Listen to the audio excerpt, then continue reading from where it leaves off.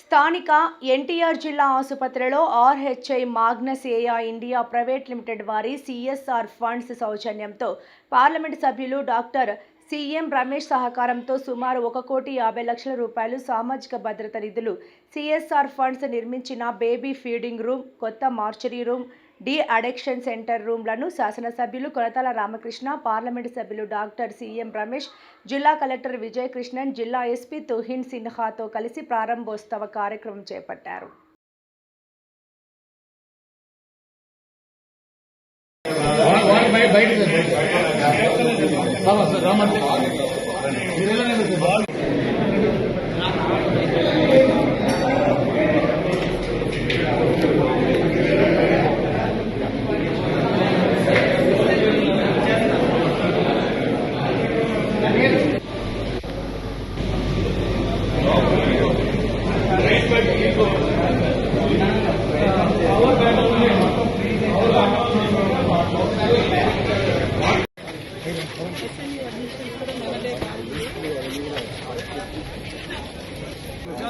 Very tasty bottle ఏదమ్మా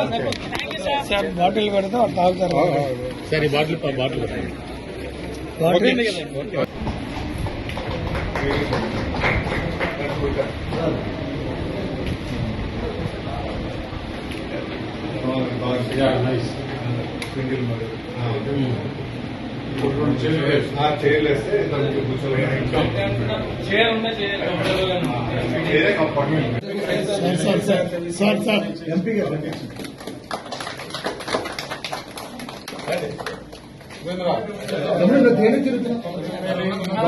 కూడా ఈరోజు దిశా మీటింగ్ పెట్టుకున్నాం. దిశా మీటింగ్ లో కూడా ఏది ప్రియారిటీ, ఏది నాన్ ప్రియారిటీ, ఏది అర్జెంటుగా ప్రజలకు ముఖ్యమైన పనులు ఉన్నాయో అవన్నీ చేసే విధంగా చేస్తున్నాం. ఎందుకంటే ఈరోజు అనకాపల్లికి ఇన్ని ఇండస్ట్రీస్ వస్తున్నాయంటే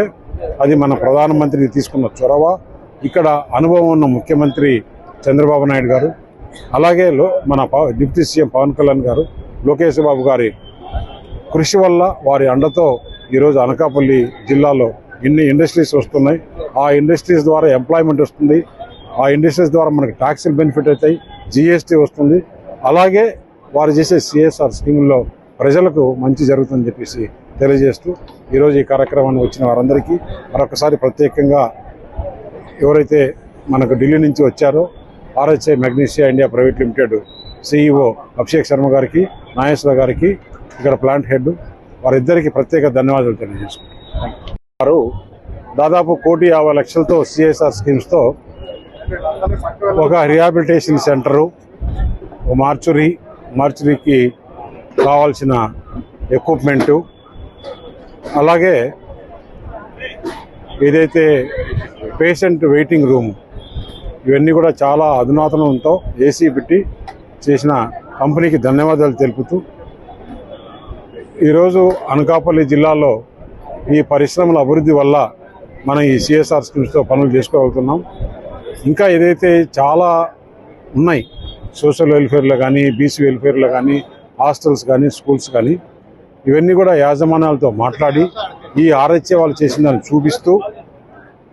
మిగతా ఎక్కడెక్కడైతే ఈ అనకాపల్లి పార్లమెంట్లో చేయాల్సిన పనులు ఉన్నాయో అవన్నీ కూడా సిఎస్ఆర్ స్కీమ్స్తో